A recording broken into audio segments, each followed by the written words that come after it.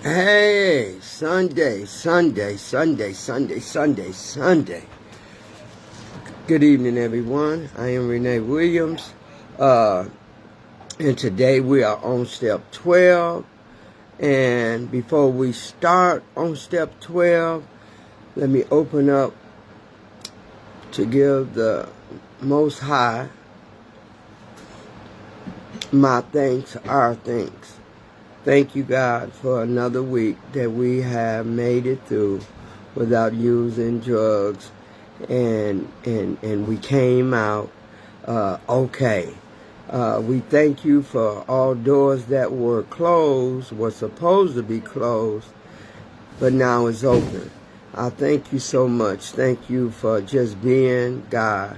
Thank you for being everything to us that we had to learn to be to ourselves. My God, thank you. Okay, y'all, we are on step 12. And this is my favorite step. I say that about every step. For real, I say that about every step. But this step here is very powerful. This step is very awakening. It enlightens you. It shows you how much you've been working on, and it shows you what you continue to need to do.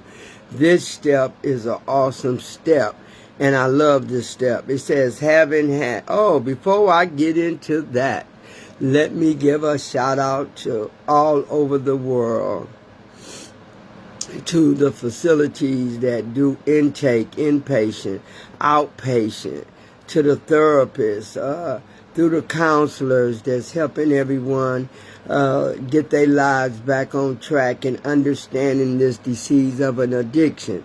And it's very counting, and it's so powerful that we need to find a new purpose in our life to get ourselves together. Because if we stay on the same road, somewhere down the line, that road will end, and it won't be good. So we have to, learn about this disease of an addiction. I hate this disease. I say it to myself constantly every day so I can remember how painful and how baffling and how destroying it tried to take me. It destroyed a lot of goodness in me, a lot of goodness in you all. So today we are on step 12, and shout out to the 12 Steps of Narcotics Anonymous program. You have been so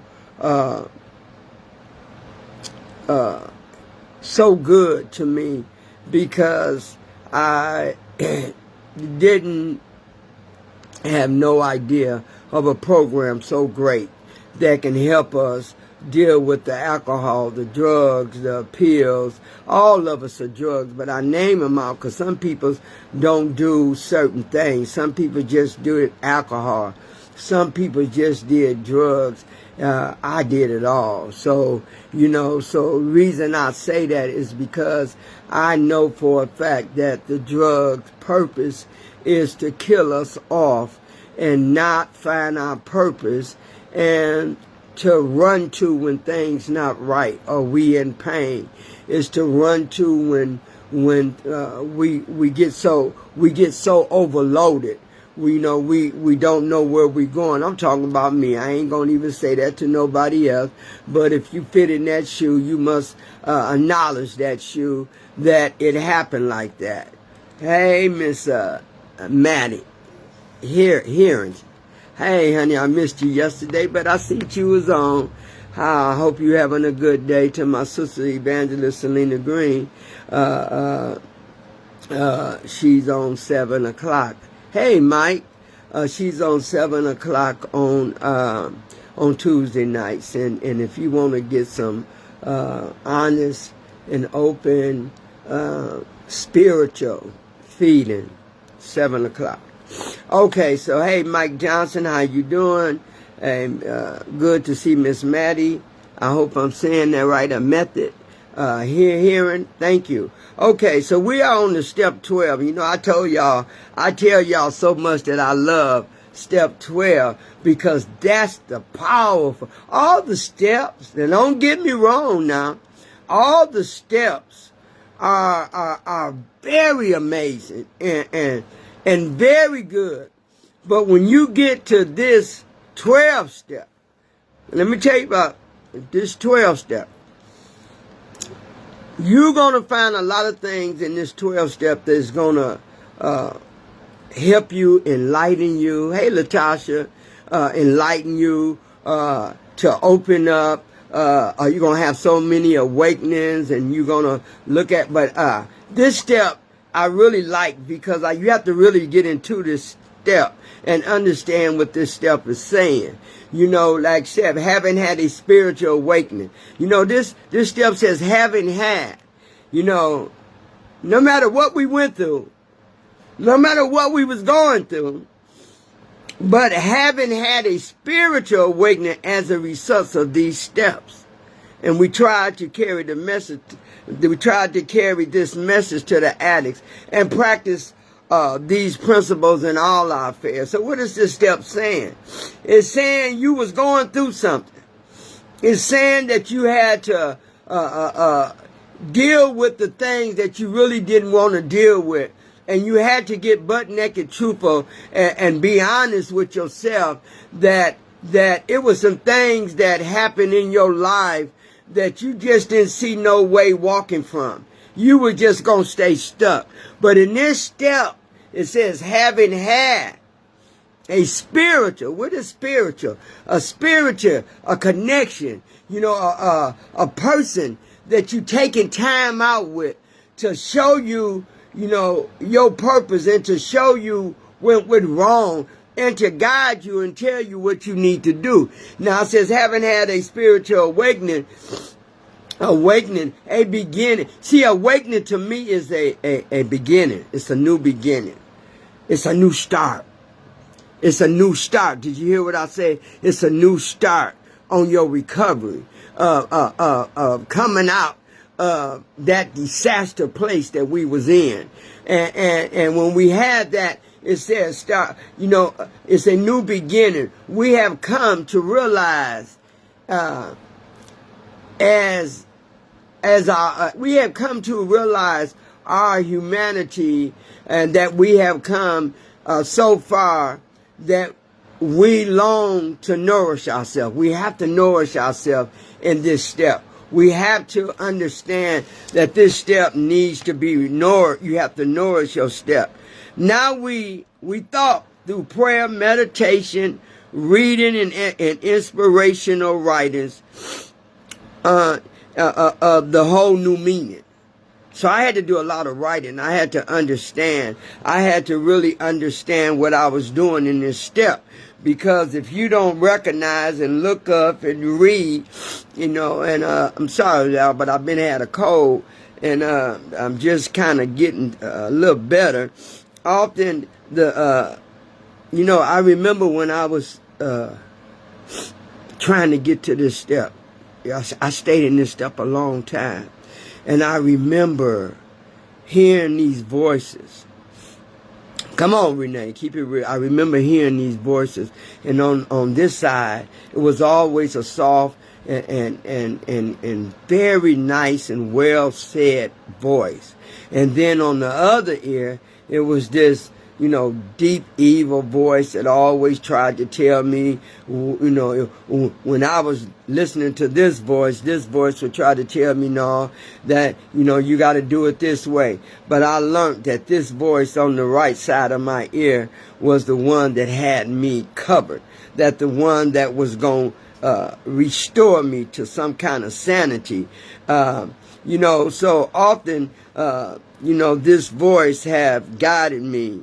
And sometimes when we have so long ignored, now I am beginning to listen.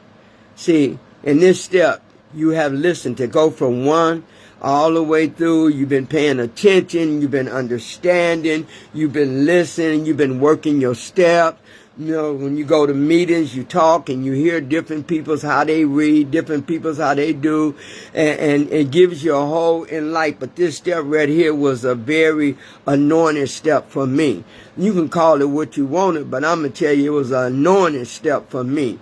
It let me know I had the connection. It let me know that I wanted to find everything that I needed to find about this addiction and about me. And it wasn't just about the addiction because it was about me. It was about my personality. It was about my insight on everything that I was going through. This steps is about having a connection with God and having a spiritual connection that somebody that's going to tell you from wrong from right or how good you're doing and continue to do. Is nothing baffling about this step. I mean nothing baffling about this step. You know, our relationship with our high powers has blossomed. In this step, we come now, we at a place in our lives that we are blossoming.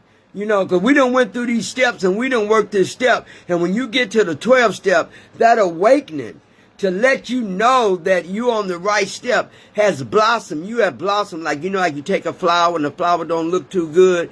And all of a sudden the flower look like it's dying. And all of a sudden you put a little water in it. And then all of a sudden you start coming up and blossom. Well, that's how mine came. I started blossoming, praying for help. I was blind to any way but mine.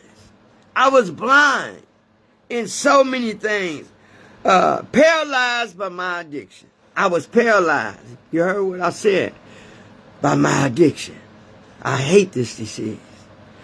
Paralyzed. Alcoholism certainly is a prisoner to, I was a prisoner to my own drug addiction. A shift in my conscious contact as I realized I am not just my thought. I had to write that down last night. I realized I am not just my thought. Okay, what that means, I am not just my thought, because our thinking and our thought can take us somewhere else. I want to be bigger than my thought. I want to be bigger than the things that, that I come up with in my thought. That's why it says, I realize I am not just my thought and my egos. See, this spirituality right here, you must get out of yourself. You must get out of your ego. I see so many people that come in recovery, and all of a sudden, I don't say nothing, but, I got the right to look and pay attention and understand. Sometimes when your ego is in the way, you got to watch out for that.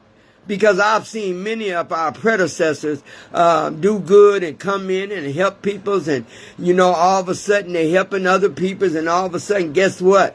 They forgot. They forgot their purpose in recovery. It's not to get grandiose. It's not to get uprooted where your ego gets in the way. Because then once your ego get in the way, you're in trouble. Then you find yourself back out there using again. Just the thought of my ego. But I found a deeper connection and awareness, transformation, a sense of purpose. This is what you're going to find in this step. Because this step going to show you the things that you need to do to stay connected to a spiritual the God of your understanding. And that's why I let God lead my life. I used to run from him, and I used to didn't pay attention to him. But when your life get into a turmoil, and when you under the influence of drugs and alcohol, you start doing the chaotic things that's going to cause you some confrontation, that's going to cause you some pain, that's going to cause you some rejection, that's going to cause you some denial. And I had to realize that, getting to this step, I had made it, but now I got to keep it. I got to keep that connection with God, the person that's really been taking me through all the steps and helping me. So I need that connection in a sense of purpose. I had to find a sense of purpose I had to. Because the way our lives was going, we were in trouble. We were surviving by trying to figure out which way we're going. Which way we going, y'all. I'm at peace. We get in peace in this step. We get in peace in this step. Because see, this step have prepared us for all the other steps we done went through. So if we done worked all the other steps and we come into this step, now we should have the enlightenment of how God works in this program. How God has to be in your life in this program. You know, I heard a couple of people say it and it threw me off, and you know, I never said nothing. But this one person told me at a meeting that they didn't believe in God. And some people that was there may know what day or who I'm talking about. This person told me they didn't believe in God. They didn't believe in God. And you know, I was kind of upset because there was some newcomers in the room. You know, and newcomers, when they come in, they really don't know. They really trying to find the connection that we already have with God. They trying to find that. And this person said that, and I looked at this person real weird. And you know, I thank God that I ain't who I used to be, because I wanted to check him. I wanted to check this person. If you don't believe in God, why are you here?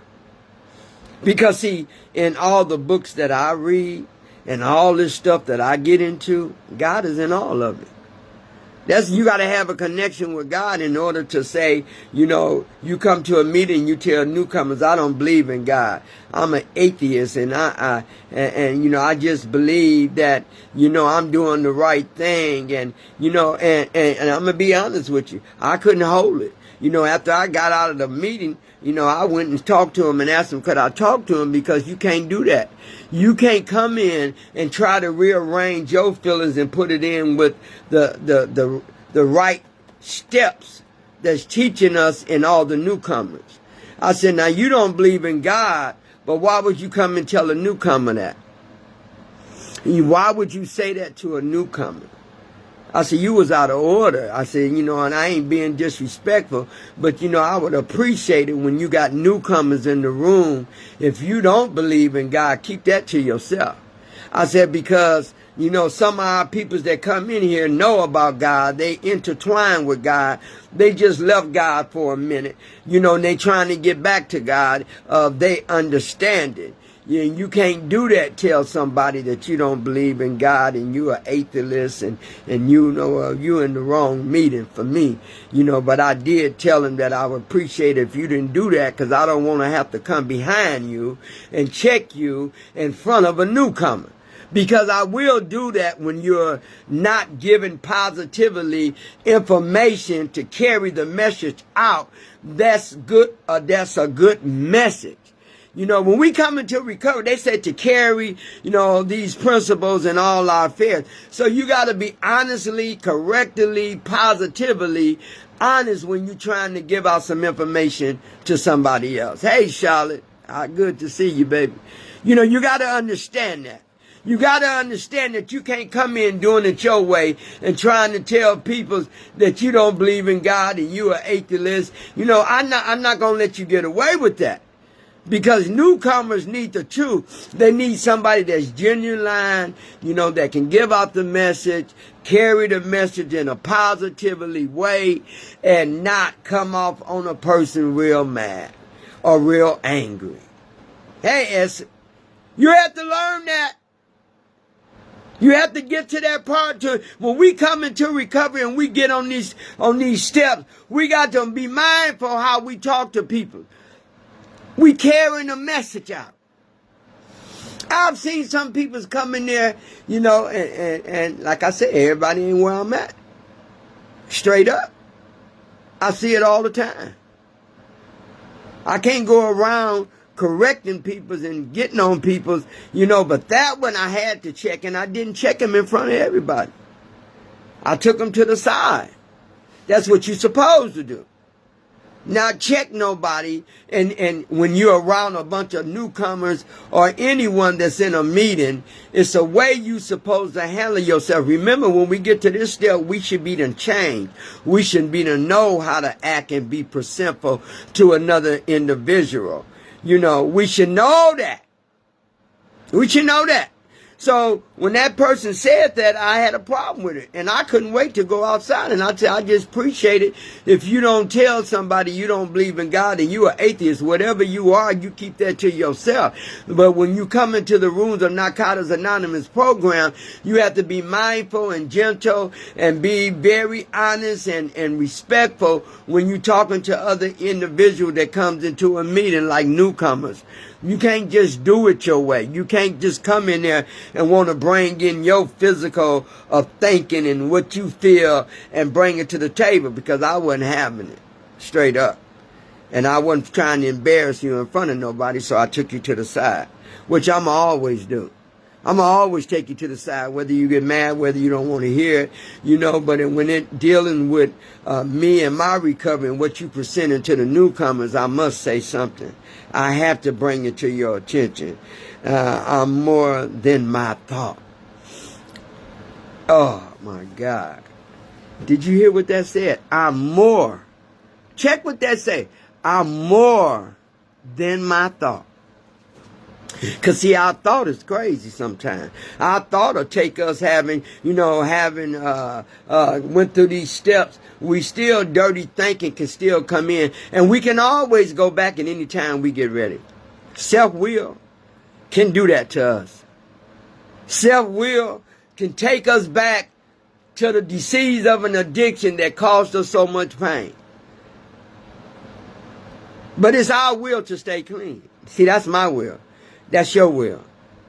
That we have to stay in the spiritual realm of God. I don't care how nobody want to put it, but he's the head of my life. He is my life, and he's my friend, and he's my counselor. He's my doctor. He's my sister, my brother. He's everything that I need in my life when I'm missing, or even if I ain't missing it. He's everything to me. Can't nobody separate me from the love of God. Can't do it. Because he helped me. He helped us find a new way of living through the steps, working a program, being connected, doing some service work, helping another individual, so you can't tell me that. I am more than my thought. Man, that's a deep saying to me. Because if it wasn't true, I wouldn't be here. Because my thought was messed up for many, many years. Your thought was messed up. Some people think, well, I ain't got a problem. I can drink. If you think you ain't got a problem, try going without drugs and alcohol. See what chaotic personality, behavior that you go through. See, I tried that. I know that. Well, I can go around my friends and I don't have to drink. I kept telling myself, as soon as I get with my friend and the popping got good and we start laughing and dancing, all of a sudden I forgot about my thinking. See, I forgot about, I am more than my thought. That didn't work in this situation, because before you know it, I was drinking again. This disease of an addiction will let you know that it take willpower. It take, I don't want to use no more. I can't. If I do, I'm going to be running down somebody's alley. I'm going to be lying. I'm going to go back to all my behaviors. And I seen people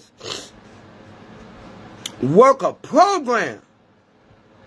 When I tell you work a program, and all of a sudden, they let their egos get in the way. And now them peoples is back after all the years you have. But see, that's the addiction. The addiction of the disease take you back. It'll make you forget. That disease will make you forget that you're working on something. That disease make you think that you don't need a purpose. You know, all you want to do is play with recovery. But you can't play with recovery. And let me tell you, you cannot play with recovery, because before you know it, you'll be back out in that scene again. You know, this recovery, this step right here let me know I was in a dark place.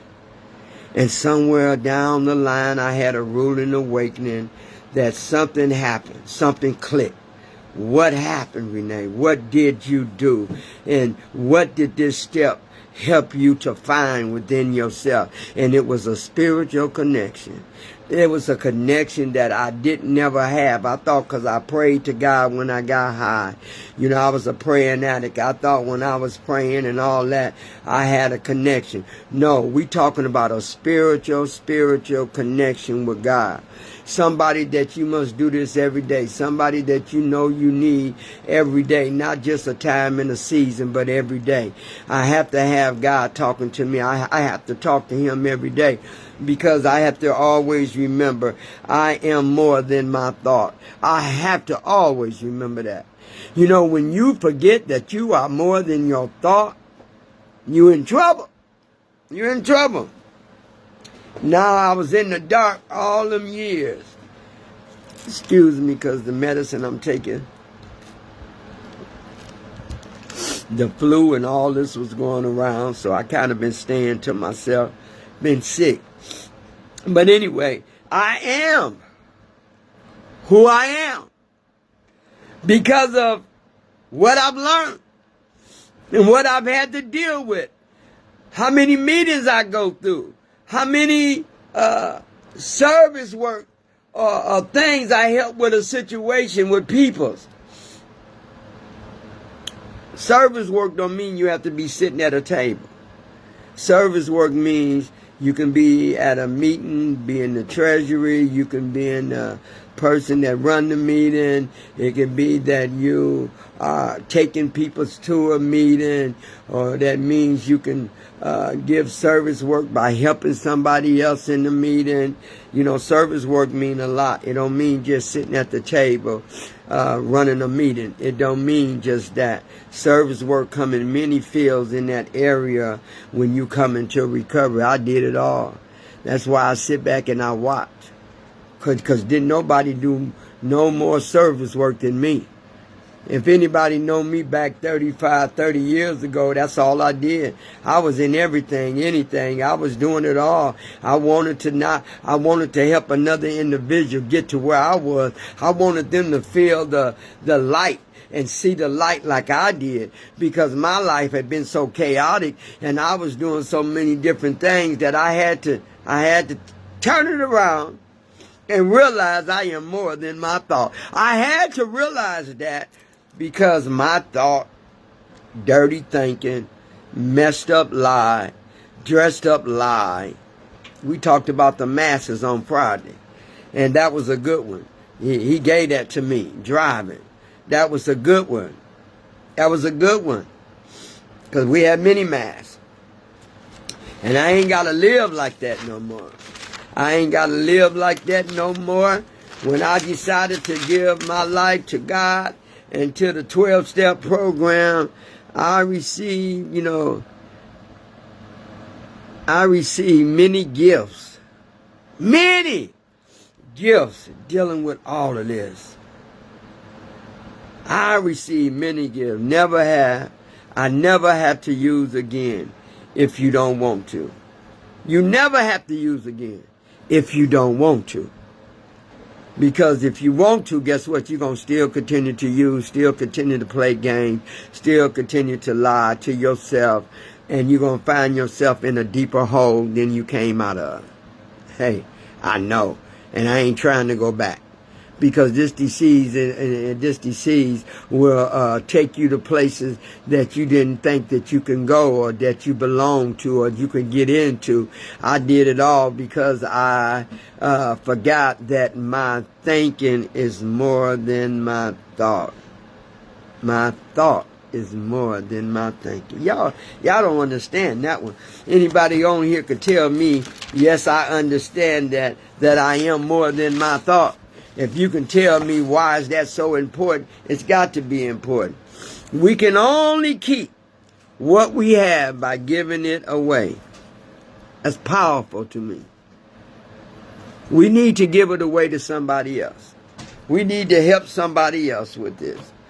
You know, this saying is most powerful. This is the most powerful message we can present for carrying that message. It says we can only keep what we have by giving it away. You hear me? Because this step ain't no joke. Hey, Gina. This step ain't no joke. And until you learn that, this disease of an addiction is out to do something to you. What is it going to do, Renee? What is it? It's going to turn your whole life around.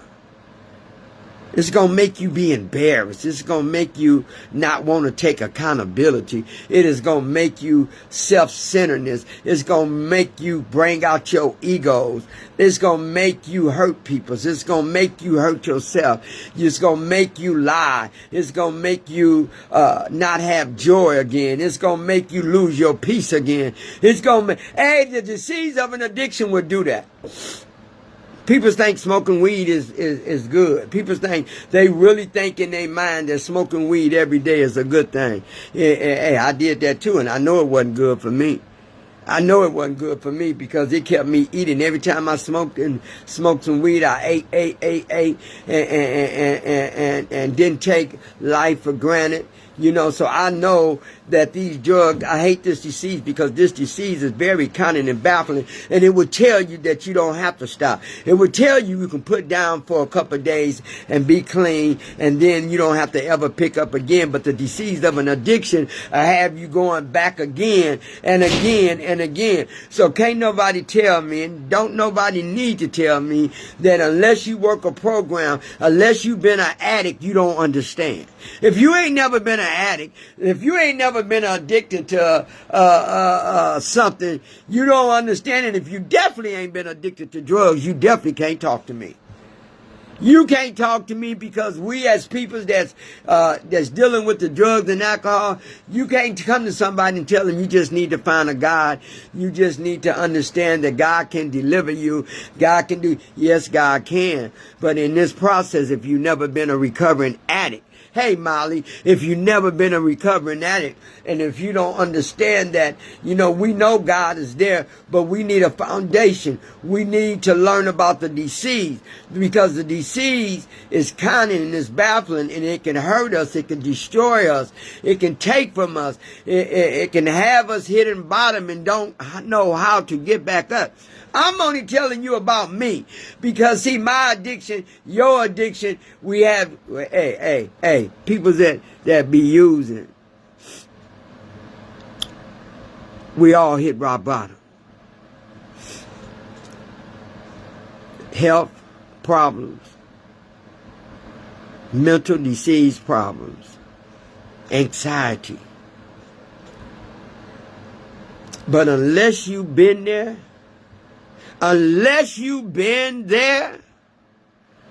you can't help me. If you ain't never know what it is to be smoking and drinking at night at 3, 4 o'clock when normal peoples are asleep. If you can't tell me how that addiction will make you still, if you ain't never been addicted to your own personality that ain't good for you right now, you can't help me. If you ain't never been an addict to drugs and alcohol, you can't help me. If I had never been and hit my rock bottom and found the place that I was drowning in and I couldn't get out, if I couldn't tell, if I had never been through the drugs and the alcohol, I couldn't be on here talking to y'all. I couldn't tell you nothing about addiction. Only is because I've been through it. Only is because I wanted to come out of it. Only is because I found the answer that will help me be free. Help me be free. Get our egos out the way. Can't come in here and think you the mess. And a lot of them do. I've always been grounded in these steps. I ain't trying to come in and people please like I used to. That's what got me in trouble in the first place. Having had a spiritual awakening, I was so broken. We become so broken into a program that we know nothing about. I came into a program I knew nothing about. I didn't know that this was a disease. I didn't know every time I drank and told myself that I wasn't going to drink no more and I picked back up, it was because of the disease of an addiction, the chemical dependency of any kind of drug that you put in your body. And the more you put it in the body, the more it's going to want. And the more it's going to want. And I realized that because when I got clean, all of a sudden the urges kept coming. And I had to talk to my sponsor, these urges telling me to, pick up. She said, girl, enjoy them. I had the coldest sponsor and she's still my sponsor. She said, girl, enjoy them ego words that's coming in your mind. Enjoy that. Listen to it. Just don't feed on it. She said, go on and get out of it what you going to get out of it. They going to, that ego, that demon, that ego, he'll tell you, you good. You've been clean 3 months. You can take a drink. You've been clean. You've been clean 6 weeks. Everything she told me was true. I was going through withdrawals. I was going through urges. I wanted to go and pick back up. You heard me tell you I had to realize that I am more than my thought. I am more than my thought. And that hit home for me. Because my thought can be like a cancer. Take you out of here. Not all cancers do that, because I'm a cancer survivor.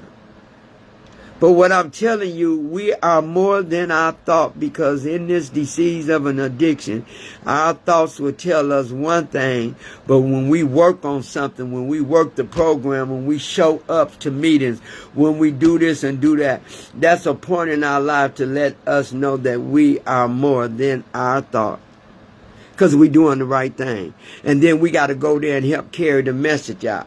Not hurt nobody's feelings, not coming there because you got clean time and because you got 30 or 40 years, give you the right to knock a newcomer down or give you a right to talk bad to a newcomer.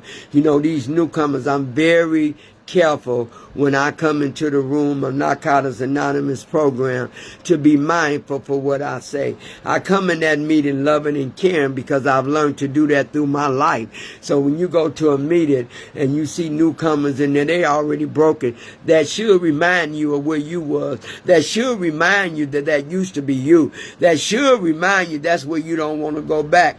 And it should remind you that every addict is important. I don't care who it is.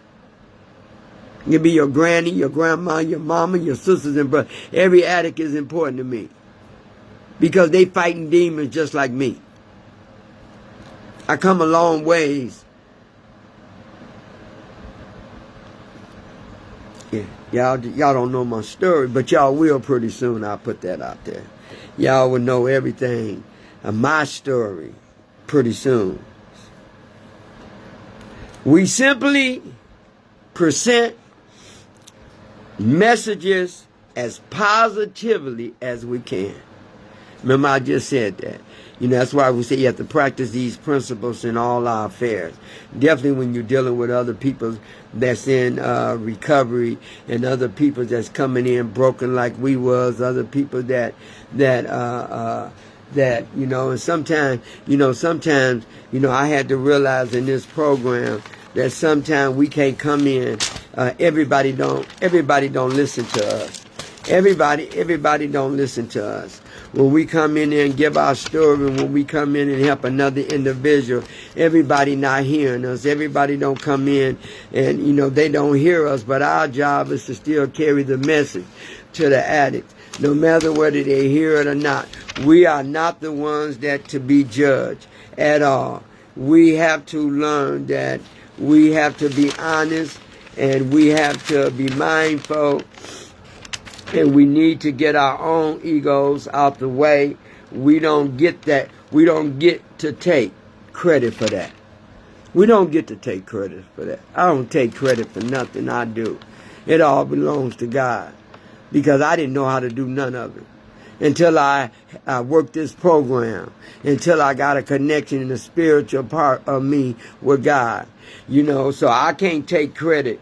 It says we need to get our own egos out the way. We don't get to take credit or blame for someone else's recovery. And we don't. We don't get a chance to get credit. That's why I don't never down nobody else. It's things that people do when we go to any meeting that we don't like. But our job is not to blame or take credit for nothing that we said to them or how we hurt them, But I don't like another addict hurting another addict. Now that'll get me in an uproar, because I know what we go through. I know that becoming a recovering addict gives us more strength than we ever had. Sometimes it's challenging. It's challenging to carry the message out. It's very challenging, because the person with whom we are deciding to share the message seem unable to hear it. You heard? That's what I just said. Some people ain't in there. Some people came there to hear about recovery or to work a program, but some of them don't hear it. Some of them don't hear us, but we still got to carry the message out, no matter what happens. We got to carry that message out. We need to get our own egos out the way. We don't get to take that credit. I love that part. I keep saying that all the time, because some people let egos get in our way. And when egos get in our way, then when we tell someone that when we tell someone that people who go to meetings regularly stay clean, we are more likely to apply that practice to our own recovery. And that's true. More people regularly stay clean. Our purpose is to stay clean, no matter what happened, no matter who hurts. Okay, let me tell you that. Hey, if I had never had this 12 steps in my life, guiding me and letting me know that was me. I've been in that situation. I came out of that situation. I went back in that situation. Look, being clean is the greatest gift that I know that I have ever received and gave to myself, because it helped me get on a balance of I know I can't drink like everybody else. See, I'm not that drinker that one person. I got an uncle. I always tell y'all this. I say he live in a mansion. I got an uncle that he'll drink every now and then. When we have something, he'll take a little drink, and he ain't gonna have no more than 2 or 3, or maybe, and he just ain't gonna do it. But see, I don't want to take that chance, because anything that make you feel good, we want it. Did you hear me? Anything that make us feel good, we want it. That's why we got high. Hey, Anthony Freeland. That's why we got high. So this step right here tells us, having had a spiritual awakening. That means something happened.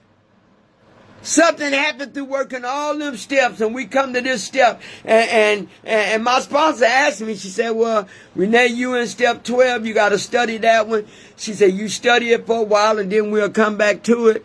She said, and then I want you to tell me what happened.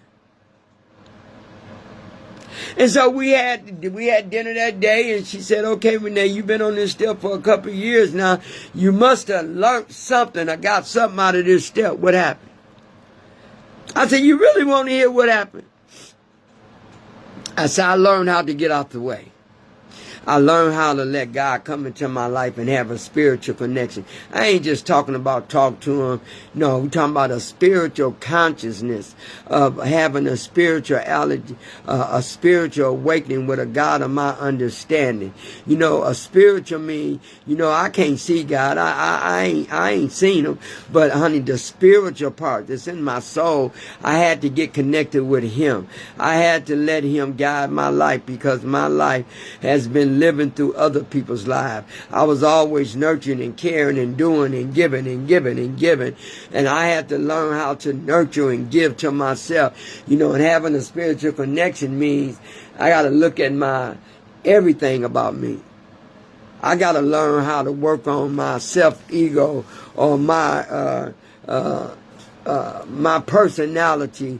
It has to change when you get to the 12 step. Heaven had the spiritual awakening as a result of these affairs. That's what happened. I went through all 11 of them steps. And all of a sudden I learned something about me that I never thought I would learn about me. And I learned that in recovery, them steps teaches you about yourself. You know, if you listen and understand the steps that bring you to the 12 step, this one, it says a spiritual awakening. Man, a spiritual awakening for me was looking at my life and asking God to show me and to help me get back into the realm of having a spirituality program within myself. I needed that spirituality, you know, and that's and as a result of these steps, we try to carry the message. That's what I just said. We go to a meeting and each one of us tell our story. We carry the message out, what we did and how we did and got our lives together. You know, I understand that. So when you read haven't had a spiritual awakening, this is a good step, because the spiritual, you know, I was paralyzed in my addiction. Y'all was paralyzed. Whoever, Charles, Lou, whoever, it don't matter. Addiction hits everybody. It just don't hit the blacks. It hits the whites. It hit the Latinos. It hit the Mexican. It hit the Puerto Rican. It hits everybody. It don't care how you look. It don't care what color you are. All it cares about is hurting you. All it cares about is taking you out of here. That's all the addiction care about. They don't care about how you went and bought you a brand new house. Now you lost it because of your addiction. It don't care about how many friendships and relationships you done broke and messed up because of your addiction. It don't care about all the lies and all the money you done stole and how you done prostituted and how you done bent over and let people misuse your body and your mind. It don't care about that. Addiction don't care about you having some money saved up, you having a place to live, or you got food in your refrigerator and you got a car, or you got gas to put in your car, or you got a roll of tissue paper. See, I know it don't care, because the addiction that I had or the addiction that I was in is the same addiction y'all was in. Same addiction. Different faces, that's it. I remember a time I didn't have enough money and I worked for the government. Now, what is that telling you? If I worked for the government for almost 42 years, I worked two different jobs.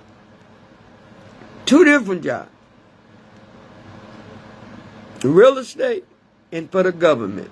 Making army patches for many years. And all the money I made was feeding it for my addiction. It's a wonder I'm still alive. It's a wonder that both of my kidneys didn't leave. It's a wonder that my heart didn't split wide open. It's a wonder. Well, I'm telling y'all something. Hey, Dolores. Hey, Anthony. I'm telling you, if you don't get it, you might not be here to tell us. how you got clean. Recovery is the most rewarding gift for me. To make better decisions without drinking and using drugs. To wake up in the morning and not having to think about I need a drink. This was me. I need a drink to get through the day. I need a drink to deal with the kids. I need a drink to fix this problem. Oh, I need to go and get me a hit so I can feel better.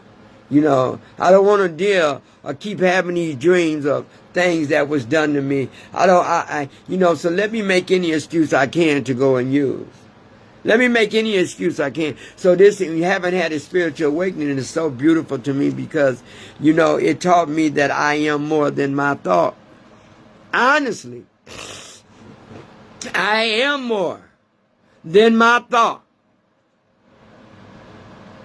Because I think different. I think different, and I'm more than my thought, because my thought can be very cunning and baffling. My thought can tell me not to forgive nobody, just hold on to the hate.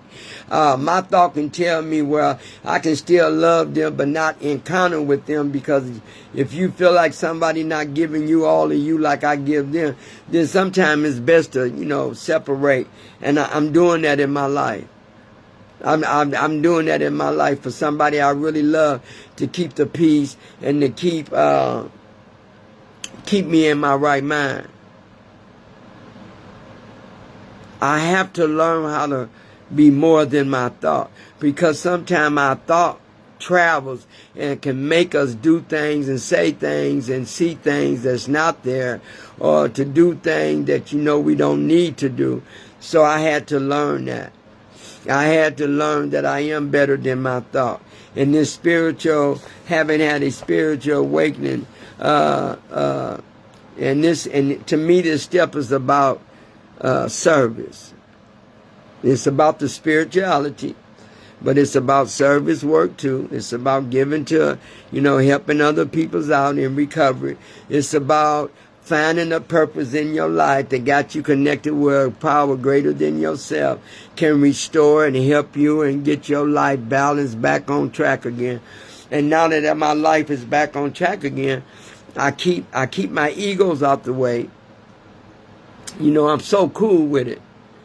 Because sometimes we can act like we got more than what we got, or act like we the mess, and before you know it's an ego trip. And I've seen a lot of my friends, the reason I'm talking about it, go back because of their ego trip. How they let their egos got in the way. How they thought they was better than everybody else. How they thought they got it and didn't realize that this was a disease of an addiction that you can go back at any given time. And now these people's and friends is gone in jail, y'all. And that hurted me. I wasn't happy about that, because they was my predecessors too. I wasn't happy. But that's why I always watch my own ego. I always stay in a balance to where I don't never want to think I'm better than nobody else, because that's how I got to become an addicted person anyway, because I thought I can go in the room and act like I got it and I'm all that, when really I was broken. Really, I was broken all to pieces, but I was that liar. I was that cunning and baffling person that was fighting with the disease of addiction. That's why now sometimes I have to just shut up, or sometimes I have to just disappear. When things go on in front of me, I was so used to sabotaging, saying things out loud, getting mad. I don't do that now. I disappear. I stay to myself. Because I have worked on myself so hard. We become, when we became recovering addicts, that means we recovering every day. We have to work on ourselves. We have to work on our habits and our behaviors. We have to work on our way of not picking back up, letting our egos get in the way, or letting people run over us again. Ain't nobody running over me again. I had a new leaf in life. And that life was everything that I allowed everybody to do to me because of my addictions. You heard what it said, because of my addictions. I had a lot of addiction. Like letting you run over me was an addiction. letting you talk to me any kind of way and belittle me and always bringing the past and always what I did in the past. Well, I was on addiction. So I had to learn a lot of things in recovery about me, that I didn't want to even know about me. That's why I drank and got high. That's why I had many relationships, got married 3 times, didn't stay in the marriage 3 times because of addiction. Addiction got in the way. My controlling got in the way. My counting and baffling got in the way. So now that I'm clean, I watch everything about me because I know I can pick up them behaviors and them attitudes and bring out the ugly character defects in me. And so I have to always watch me. We as recovering addicts have to watch ourselves because remember everything, we are impulsive people. Anything that feels good to us, we'll take it. So I have to monitor that. That's what got me to become addicted to everything. And now that I'm clean, hey, Pandy, my Pandy girl, we went to school together for years. Good to see y'all so much. I hope I helped somebody. It's so much I wrote down here, but that hour ain't enough. So I just gave you what I know you could use the best. You could have used all of it, but sometime in recovery when we struggling with our own self-worth. Me and Penny both, we lost a child. Me and Penny, the one, my high school friend, me and her mother was friends. And me and her both lost a kid to addiction. So we both entwines with ourselves on a daily basis because one of our loved ones is not here no more.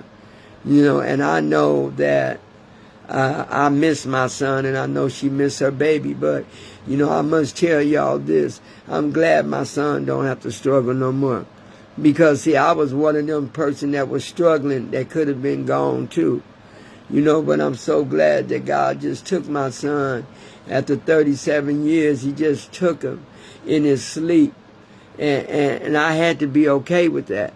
Because when you're struggling through a disease of an addiction, people don't see what you going through. They just know it's an addiction. They don't know your behaviors. They don't know what was done to you. They don't know what you can't shake off. They don't know what you've been through. They don't know nothing. They just outside in the world. See, the world is cruel. So they don't know what my babies or my daughters have been through, and they can't shake that disease of an addiction. But God gave us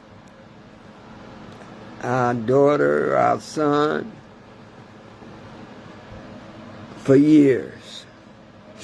And we got a chance to love them and care and nurture them and tell them right from wrong. It was their decision, but I'm so glad that neither one of them had to suffer.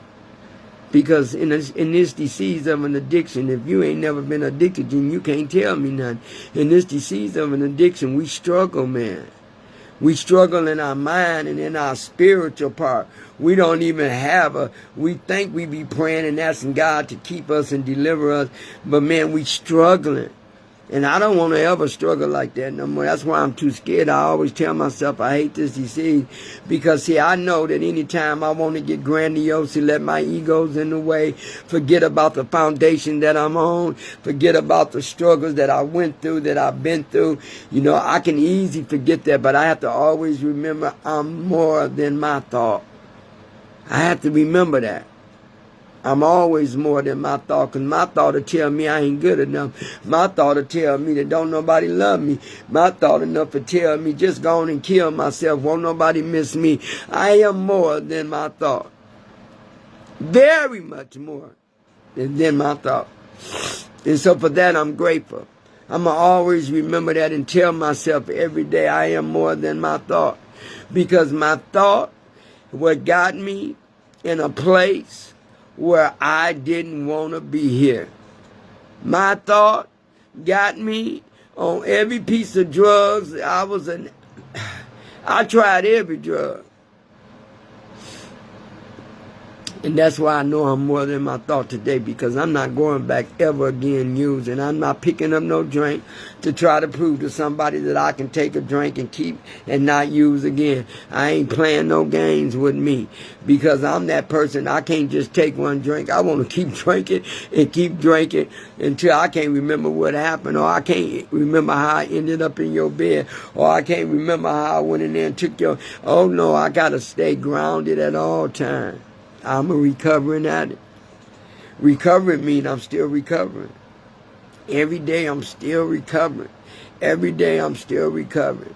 I am more than my thought. I am more than my thought. I have to tell myself that all the time, because my thought takes me places that I don't like to visit. But sometimes we can't control the thought, but we can. Only thing I can control is not how to react on an evil thought or bad thinking. Because my thought told me many times that I can go back and use, and ain't nobody got to know. But see, I'm more than my thought. I don't ever want to use again, and I thank y'all for so much. I must, let me see what time it is. Okay, it's my time. Thank y'all to Molly and Anthony, Latrice and Pandy and Dolores and Charlotte and Maddie. And for the ones I didn't call. And for the ones that get on here way after I'm off. Thank y'all for being my support. Thank you for me being my support.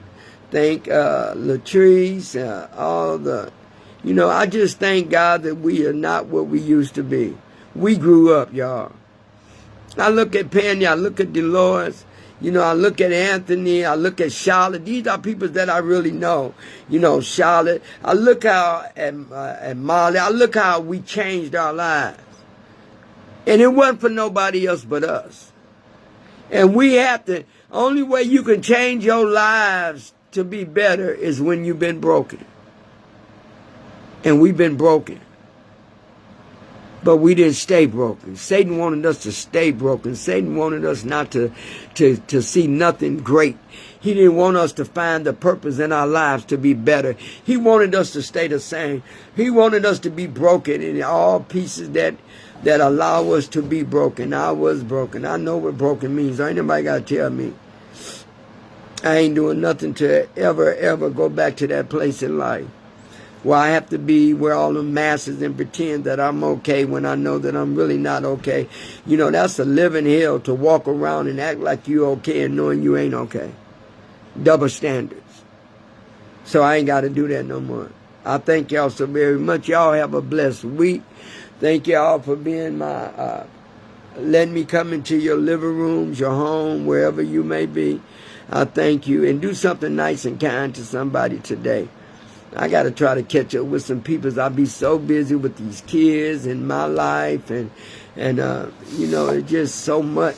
I got to take some time out for me. Remember, I told y'all I'm finna start taking a vacation or something, because before I know it, it's morning, and before I know it, it's night. So that lets you know I'm moving. I have to constantly move. But I need to make time for other people sometimes too. So may God continue to bless y'all. Keep you safe. Keep you safe and know your purpose. And know you are more than your thought. You know, and next week we will be on back to step 1 again. I love going over the steps because I never say the same thing over and over and over again. We admitted that we were powerless over our addiction, man. That's what got me started this step 1. We admit that we are powerless over our addiction and that our lives have become unmanageable. This one I can talk about, because this one what got me to get to step 2. This step is a very powerful step. I'll see y'all on Sunday, next Sunday at 2 o'clock. And I will see y'all on Friday at 8 o'clock. And whatever God give me to talk about on Friday, that's what I'll talk about. It's never something I pick out. It's always something that He tells me to talk about. And I'll be depending on Him to give it to me before that week end comes. So I thank y'all. Tell someone that you love them. Be nice and kind to everybody today. And I've helped and hope that I've helped somebody today. If just one thing that you can get out of this message, then I did my part for the day. God bless. Talk to you later. Love you.